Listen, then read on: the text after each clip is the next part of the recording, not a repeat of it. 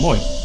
Mun nimi on Jari Ukkanippala ja tämä on Nokia N9.